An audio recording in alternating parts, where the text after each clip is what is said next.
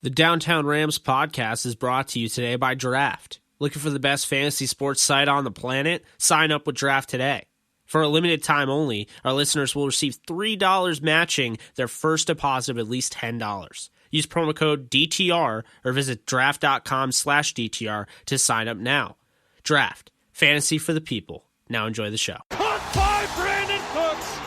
Shoot your arrows. Cooper Kupp plucks it out of the air and gives the Rams the lead. Robert Wood, touchdown. LA. Goff goes crashing into the end zone. Aaron Donald almost beat the football there. Corey Littleton, have yourself a day. Picked off. Marcus Peters coming off the edge. And Ryan will be wrapped up by Clay Matthews. Everett in stride. Wow. Franklin Myers gets his hand down there. Leto got a hand on it. Did he pick it? He did! Racing down the sideline is a key to lead. Gurley for MVP! Touchdown LA! Picked off by John Johnson. Well, it's Dante Fowler who is able to get to Breeze. Greg Zuerlein sends the Rams to the Super Bowl! LA will play for the Lombardi! Welcome back, guys, to another Downtown Rams podcast episode. It is 246. I'm your host, Jake Ellenbogen. Joining me, as always, is Alexis Kraft, and we are here to preview the must-awaited Seattle Seahawks versus Los Angeles Rams Thursday Night Football game. Everybody's excited about this because right now, the Rams just lost, but for Rams fans, you don't have to wait that long. You don't have to wait till Sunday. You get football on Thursday. So I'm pretty excited myself. I love rivalry games, and I think this is definitely a game that is going to bring two teams that are really close. I would say close in tier. I do think the Rams are a better football team, but I do think Rams fans are notorious for sleeping on the Seattle Seahawks, and even so this year, the San Francisco 49ers. So I'm really looking forward to breaking this down with you, Alexis. But first, let's just talk about it. What are your, thoughts initially coming into this game? What needs to get done? And what are you most excited about with this game? Well, I think the first thing to point out is the fact that it is a short week. So that definitely changes the dynamics of things, especially because the Rams are traveling. It's an away game on a short week. So they're, heading from LA to Seattle, and they're going to be taking on a very good Seattle Seahawks team. I mean, this Seahawks team is probably the best Seahawks team, in my opinion, in a couple years. I mean, talent-wise. They've had a lot of good additions on both sides of the ball. And they're going to be tough to beat, especially at home. Especially in Seattle, which is such a tough place to win at in general, just because of the atmosphere there and the noise and things like that. So my initial thought, I think it's going to be a really hard-fought game. I think both teams are going to give their all because, as you said, it's a rivalry game. So you always typically tend to, show out on those games. Those are the games that matter the most because it's within your division. So I'm excited. I'm excited to watch it. I hope that, the Rams obviously haven't had a lot of time to relax since the loss to the Bucks. So I just hope that, they've gotten everything that they needed to in order before the game and that they, win tomorrow night.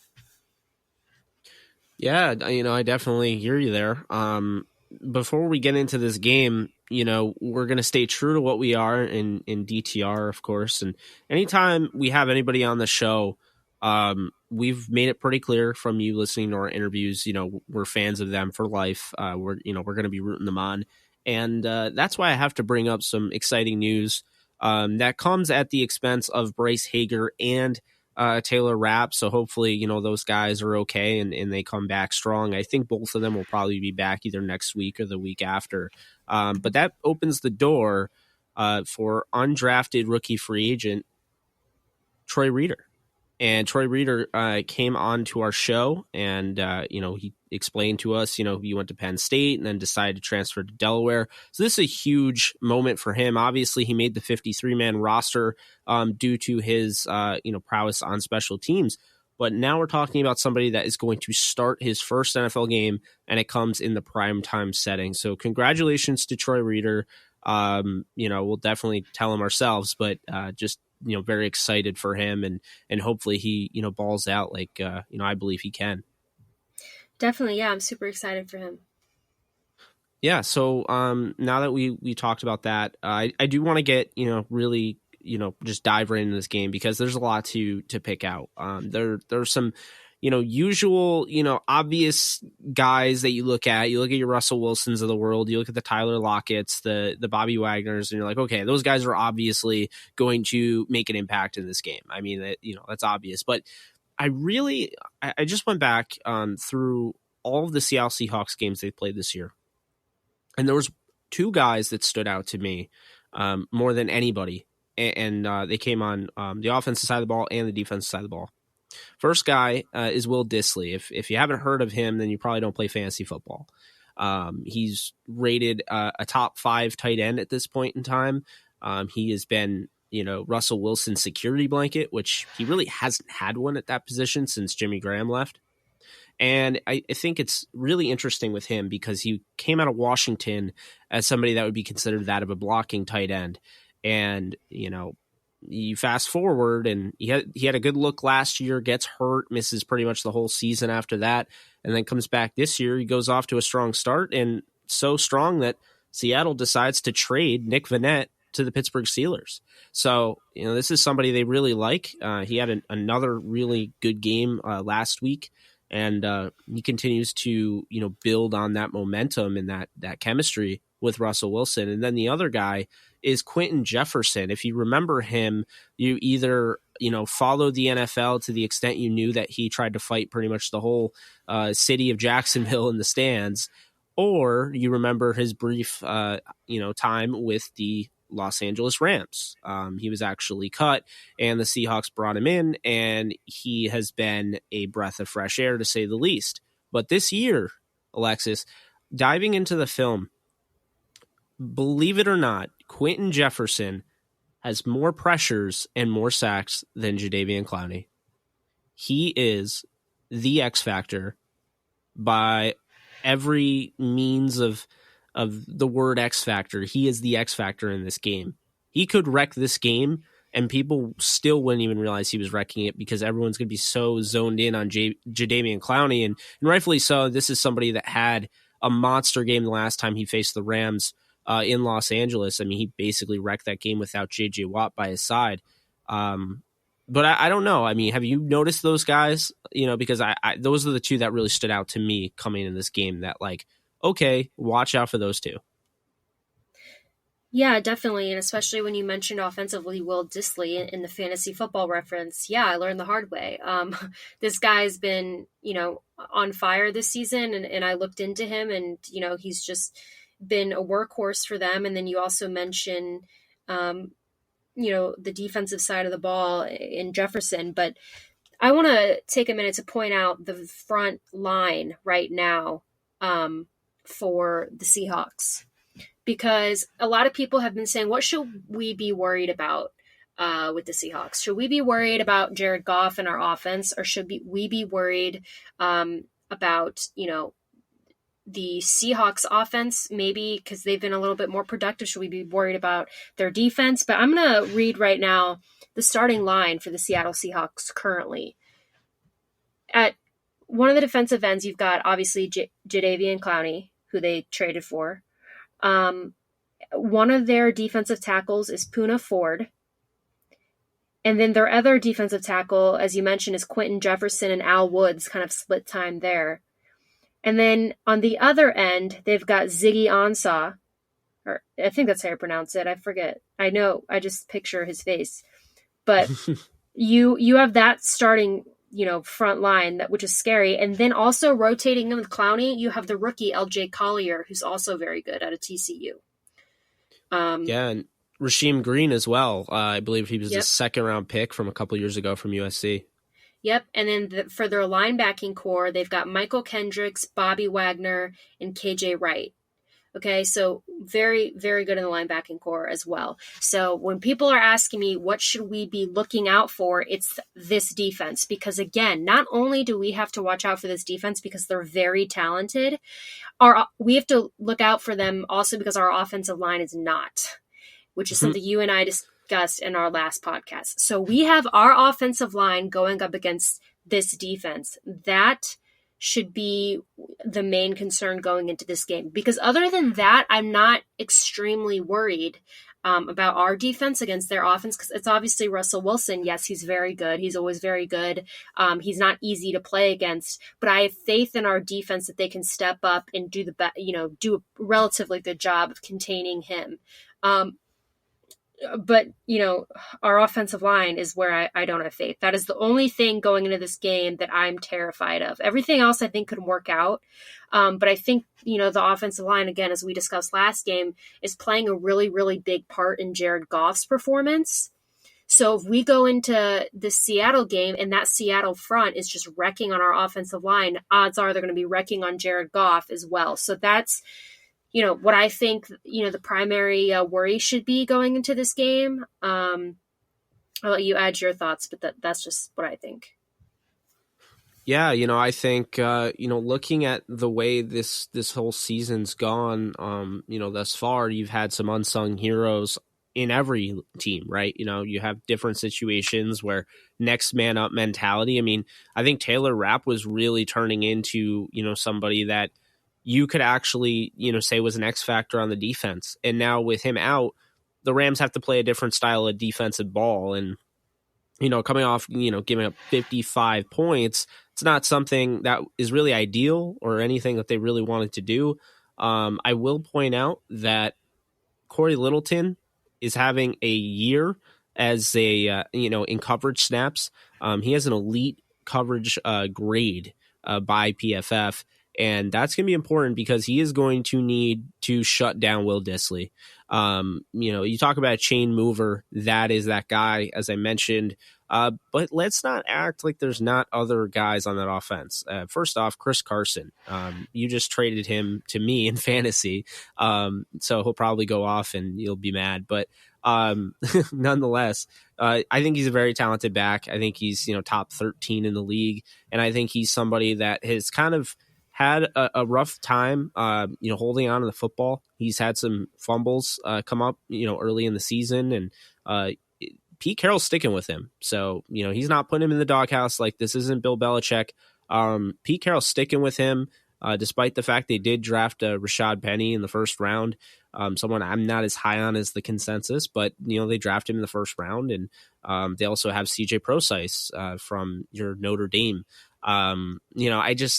To me, I think Chris Carson's the best back there. I think he's a legit concern for the Rams because he's got that, size and speed combination where, he gets to the second level, it's really hard to tackle him. He is really filled out. He's a big guy. He's not like super tall, but he's going to run right through arm tackles. So, you have to avoid him getting to the next level. And, just talking about the offense, looking at somebody like DK Metcalf, who, we were literally slamming the table for somebody other than the Seahawks, 49ers, Cardinals, and Patriots to draft him. But DK Metcalf, it was a great pick by Seattle, 6'5".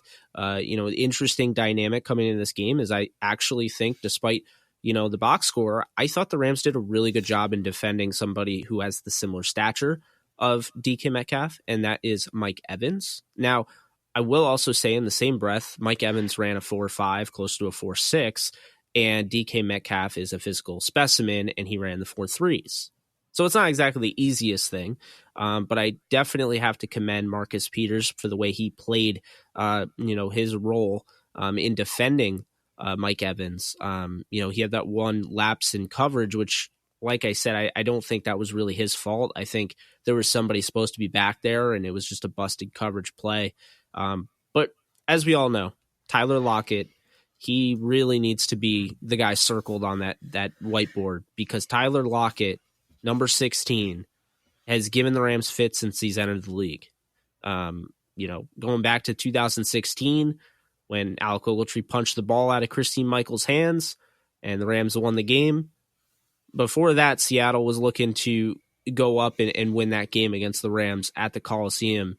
And it was no thanks to the fact that Lockett blew right by Troy Hill and made a huge 50-plus yard play to set the Seahawks up into almost field goal range. So, he's somebody that you constantly have to, have somebody accounted for and, defend him. But there's a lot, to like about this Seahawks team, obviously, if you're a Seattle fan, and there's a lot to dislike if you're a Rams fan. It's an easier matchup than, I think the Tampa Bay Buccaneers, but it's definitely different in its own way.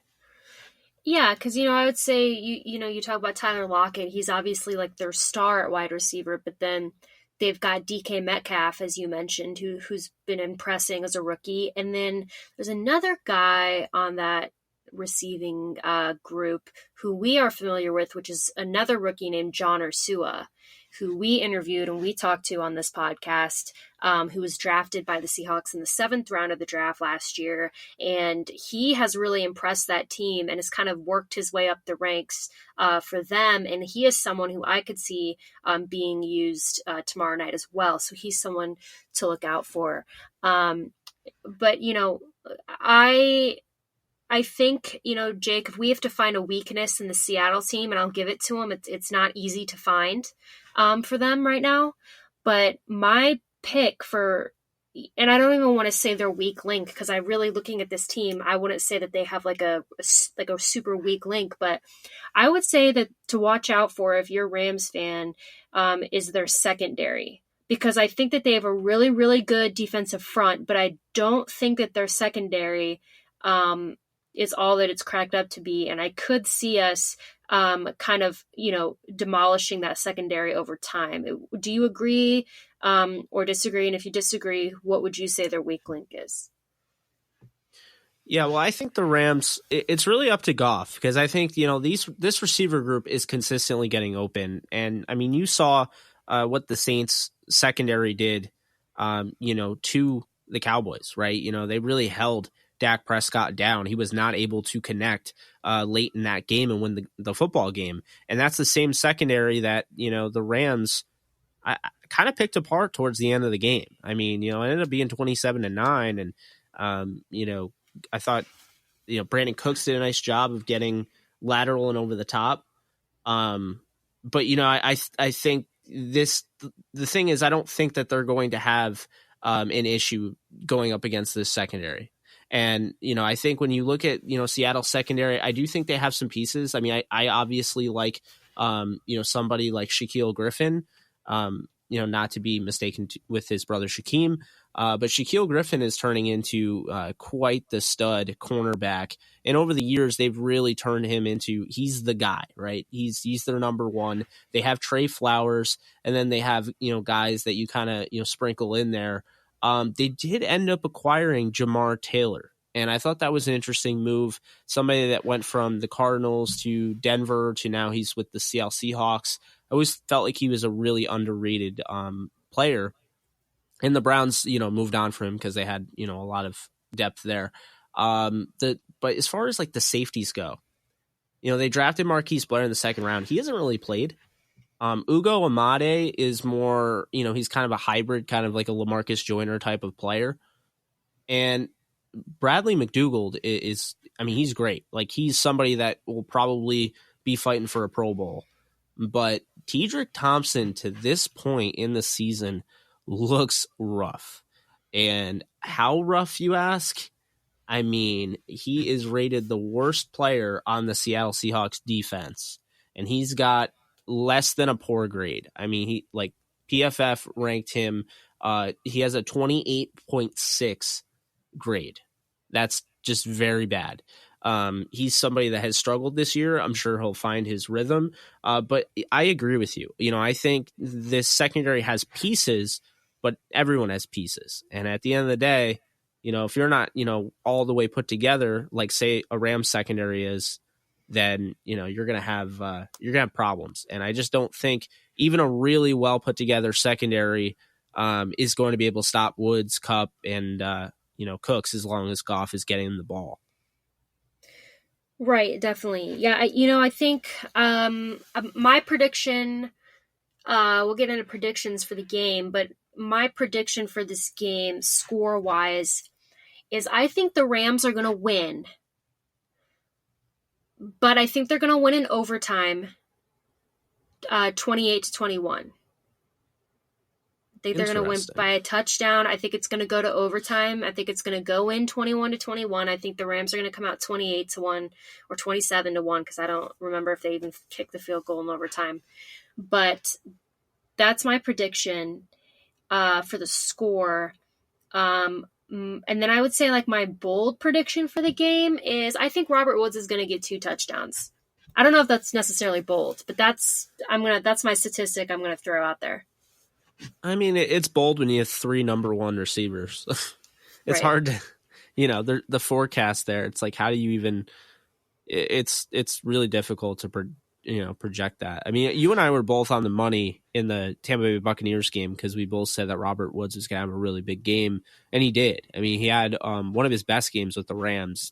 Talk over 10 catches, getting to 160 mark. I mean, impressive stuff there. Of course, they didn't get the W.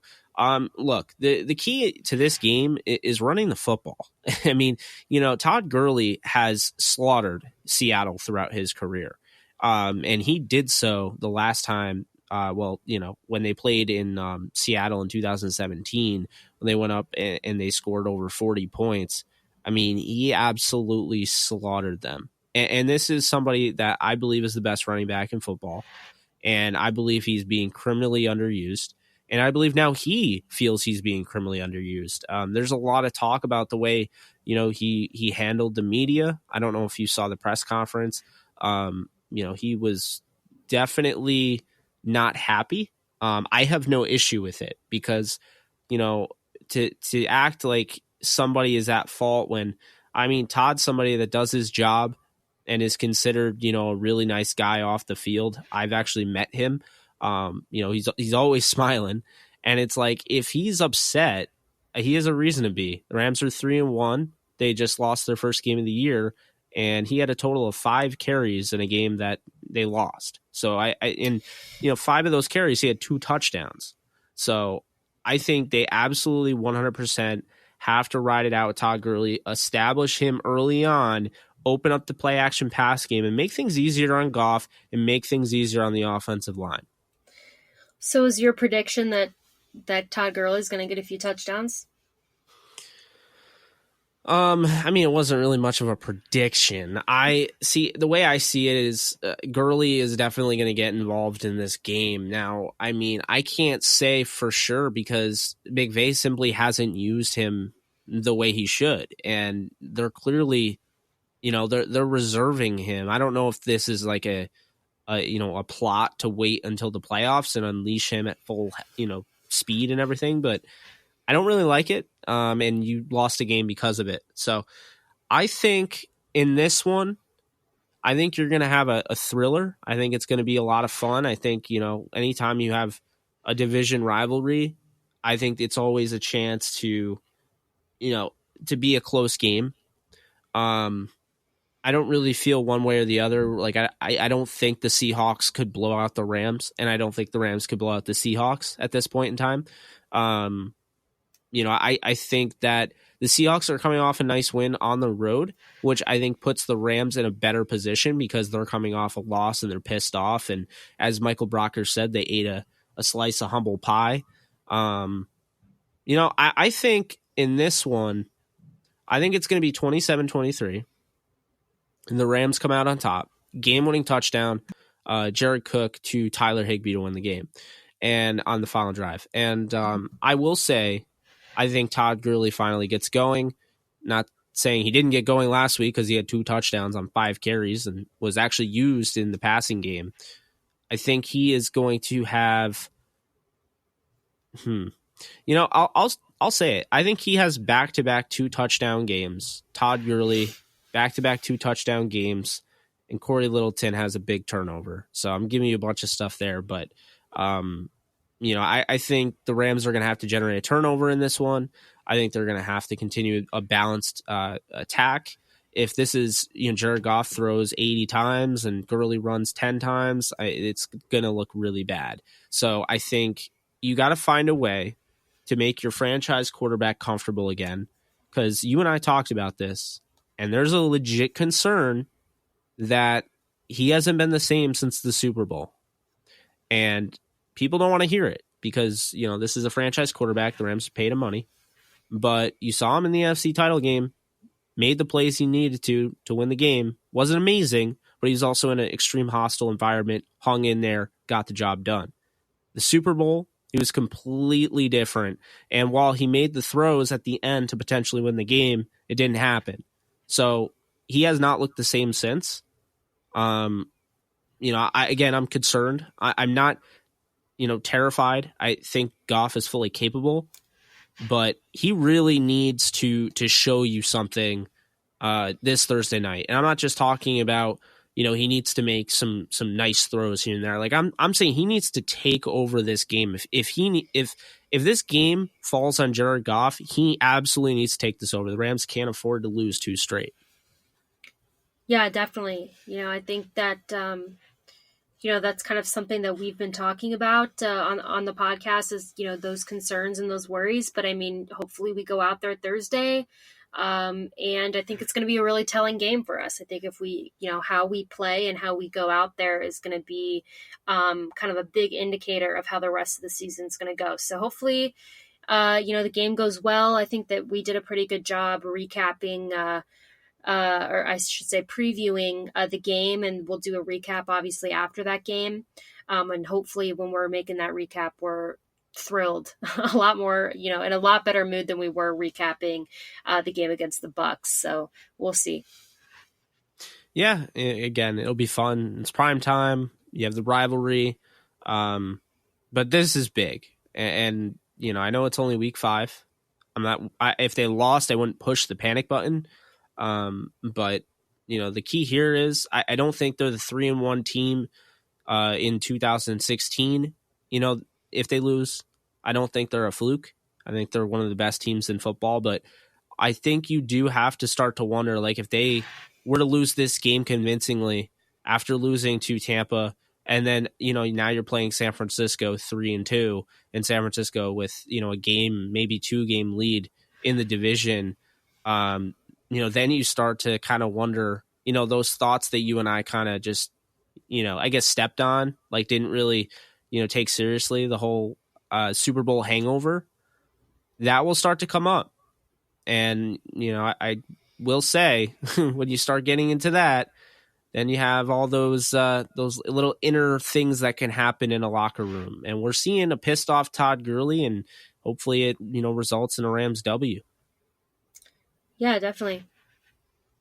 So that's going to do it. We wanted to get this show out as soon as possible to you guys so you guys could enjoy it and, be ready for the game. Again, hope you guys enjoyed. If you like what you hear, be sure to subscribe and leave a review wherever you get your podcasts. As for Jake Ellenbogen, she's Alexis Kraft. We are signing off until next time. Enjoy the game. Horns up.